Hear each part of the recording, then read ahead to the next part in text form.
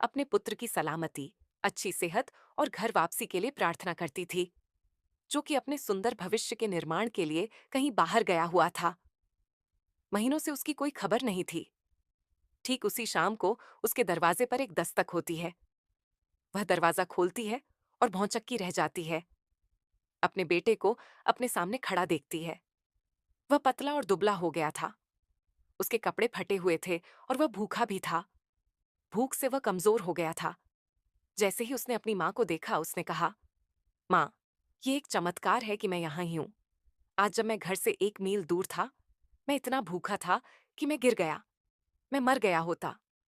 लेकिन तभी एक कुबड़ा वहां से गुजर रहा था। उसकी नजर मुझ पर पड़ी और उसने मुझे अपनी गोद में उठा लिया। भूख के मारे मेरे प्राण निकल रहे थे।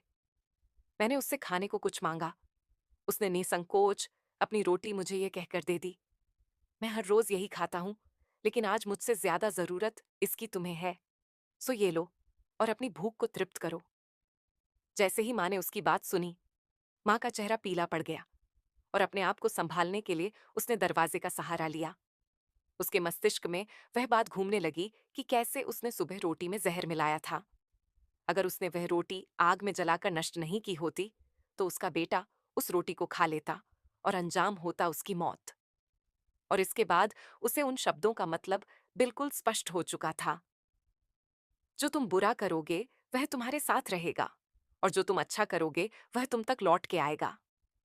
हमेशा अच्छा करो, और अच्छा करने से अपने आप को कभी मत रोको, फिर चाहे उसके लिए उस समय आपकी सराहना या प्रशंसा हो या ना हो।